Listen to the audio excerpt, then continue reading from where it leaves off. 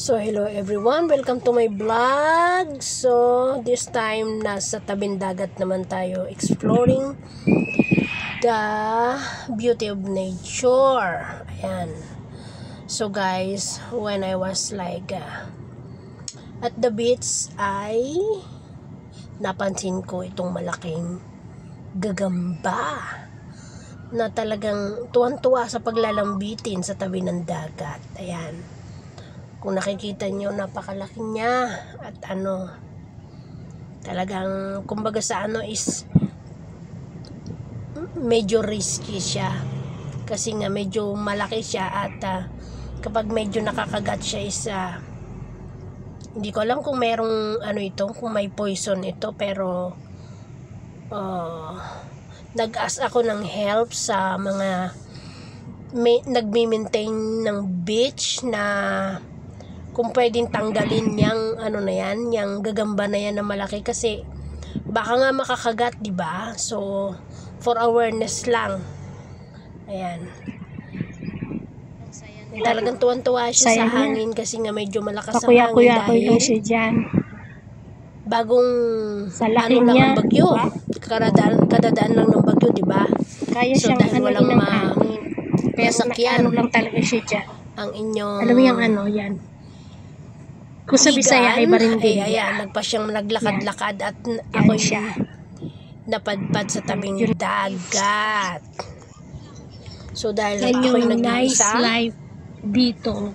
Ayan, bakante lahat. Nasa seaside ka lahat na. ng barbecue area, di ba? Tapos nanonood ka ng ganyan. Ayan, tingnan nyo. Nakatabi mo ay Kunti lang mga ang tao, mostly is mga mga puti at yung mga katabi mo ang anak nila kasi nga kalikasan. walang pasok. Ito yung magandang buhay. So, kailangan talaga nila saya. Ito yung tinatawag na totally unwind.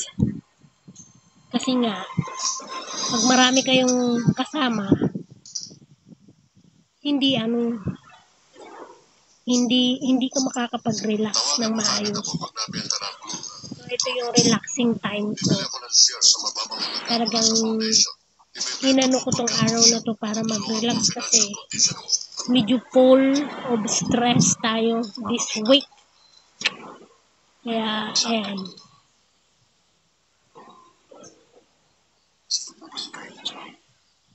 Bakit nag-sekretary ko siya?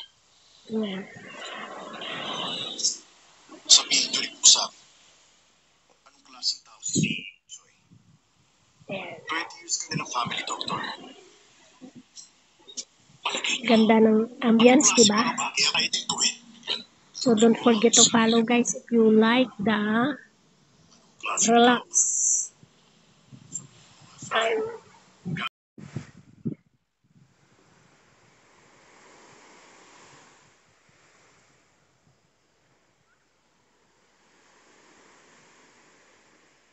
Sarap ng kuyakoy niya, habang tinuduyan-duyan siya ng hangin. Diba? Tingnan natin this kabilang side.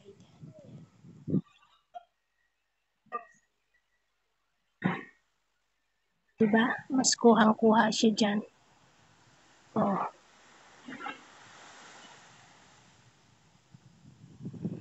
Kuya-kuya ko siya dyan habang hinahangin-hangin.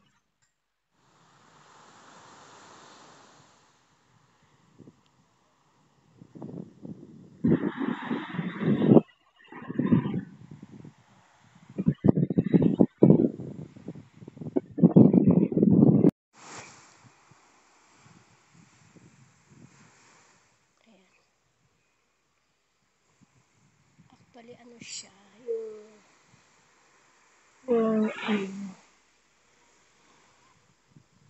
parang lamok na hindi mo maintindihan, pero sobrang laki niya. Ayan,